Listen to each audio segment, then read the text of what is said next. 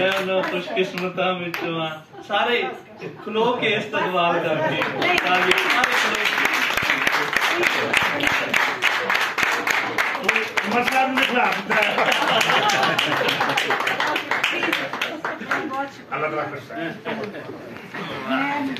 पिछली बारी भी शेर पढ़िया सी कि हुंदे ओह मीरा मोती ओह चंगा सोहना लगना मैं कदे लग के नाल ते तुहाडा सब दे मोहब्बत दा बहुत बहुत शुक्रिया।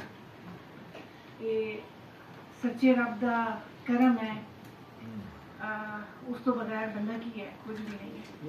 और बाकी ये कि तारीफ बहुत करता है, ये अल्लाह इनू बहुत पाक लाए। तुसीं सब बहुत बढ़िया बढ़िया महान हस्तियां जिहड़ियां ने बैठियां ने, बड़े स्कॉलर्स बैठे ने और इलम एक समुंदर है, अज तक कोई नहीं तर सकिया ते मैनू तो तैरना नहीं आता।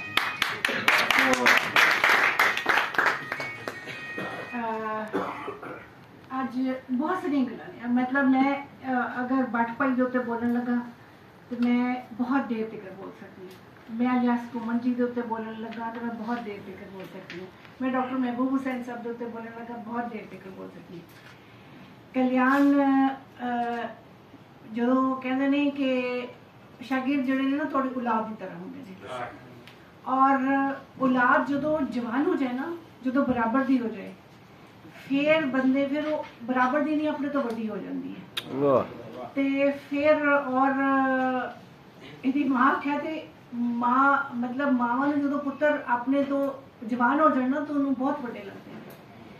ते इसे तो नहीं बहुत बड़े बड़े नाम बैठे ने। नदीम ने बहुत सुनिया गल्लां कीतियां, जाहिद साहब ने, जाहिद से साडा अपना जाहिद है ना और डॉक्टर निगत जी ने बहुत सोहनी गलबात की थी।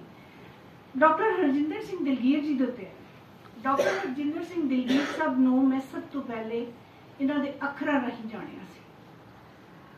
इन्हां दी किताब सी अकाल तख्त। मैं उदों गुरमुखी स्क्रिप्ट के उत्ते कुछ पढ़ रही सा, कुछ लिखना चाह रही सा, पर मैं इस स्क्रिप्ट दे इहदी जिहड़ी पूरी तारीख है इनू पढ़ रही सा और उन्होंने पालदे ही अकाल तख्त किताब मैनू फुटपाथ तो मेरे हाथ लगी।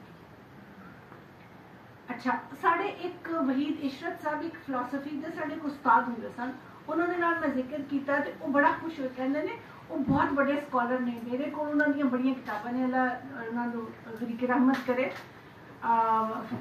वफात पा गए। वो असी जड़ा ना अमूमन बैन दे विच जांदे सन, उन्होंने मतलब बड़ा देर जिक्र खैर।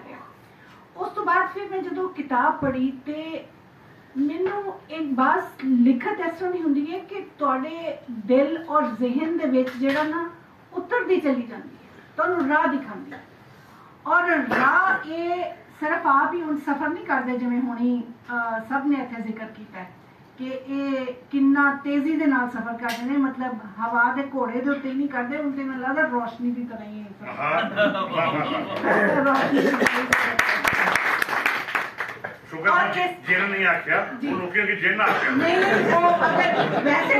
अपने बचपन का एक शेर याद आ गया उस वेले। हुण अगर गुस्ताखी ना समझो तो मैं शेर सुना दे कि वो भी क्या दिन थे जब हम जिन थे, अब हम दियो हैं जिन के भी प्यो।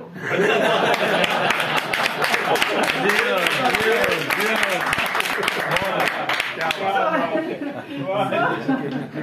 कहने जी, क्या कहने जिन्नाती जिन्नियां। अच्छा, ये रब मतलब ये देखो इंसान नूं अशरफ अल मखलूक इसलिए आख्या कि इंसान दे विच रब दियां तमाम मखलूकात दियां जिहड़ियां सलाहियतां ने वो रब ने पा दित्तियां ने, पर जे बंदा उन्हां नूं लभ लवे। सो दिलगीर जी ने ना उस सारियां कुवतां और ताकतां जिहड़ियां ना लभ लईयां ने, और रब दी मेहर तो बगैर मुमकिन नहीं। दूजी गल कि जिहड़ी इन्हां दी लिखी हुई गल दा दिल दे उत्ते असर हुंदा है और जहन उस नूं कबूल करदा है और तुसीं एक नेड़ता महसूस करदे हो, ओदी वजह भी ये है कि ये उस एक इकाई दे नाल जुड़े ने। इस किताब बारे आइए ते मतलब ये कि तुसीं उन्हां दी कोश दे बारे गल कीती, सुनी तुसीं उन्हां दी गुरु ग्रंथ साहब दे 7 वॉल्यूम्स दी, ओदे उत्ते बड़ी आप वक्री मतलब देर तक बोल सकनी है, मैं गल कर सकनी है, क्योंकि आजकल मैं पढ़ रही हूँ और वो पढ़दे होया जिहड़ी इन्हां दी अंग्रेजी ट्रांसलेशन है कमाल दी है, इतनी सरल जुबान है और इन्नी सरल इन्नी अंग्रेजी बनना लोग औखे औखे शब्द जड़े ने ना औखे औखे लफ्ज वरतते ने तो समझ नहीं आती पर समझ आती। सो कोई बंदा जद जिहदे शह दे नाल जिन्ना बहुता जुड़िया हुंदा है उन्ना ही ओह गल ओहदे दे विच असर हुंदा है। और जिहड़ी गल इन्हां ने कीती कि मिलान वाली और करन वाली वो गल और वो अपने क्यों ना इसलिए कि वो सोच नाल जुड़े ने जिहड़ी बाबा गुरु नानक जी की सोच सी।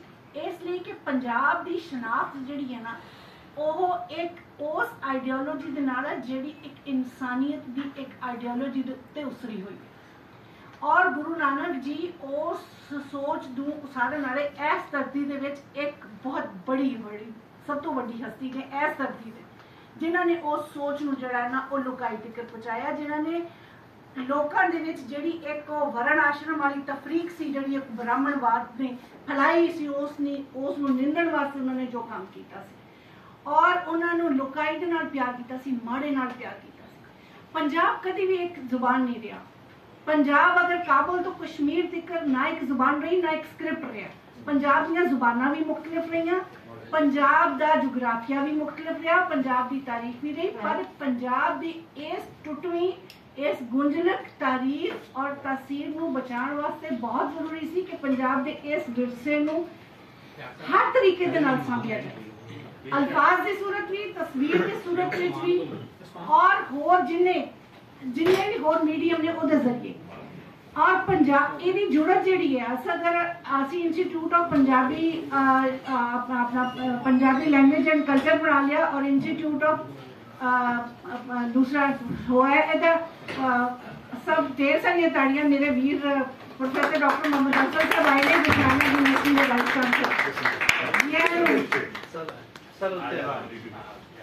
और डॉक्टर साहब ने बोलना ऐथे करांगे फिर जिंदगी रही तो फिर इस मौजूद उत्ते ढेर सारी गल उस दी करांगे। सो जियां तो बहुत शुक्रिया ते बहुत मुबारकबाद दिलजीत भाजी तुहानू इस किताब दे और बहुत शुक्रिया कि तुसीं साडे वास्ते ये किताब लिखी।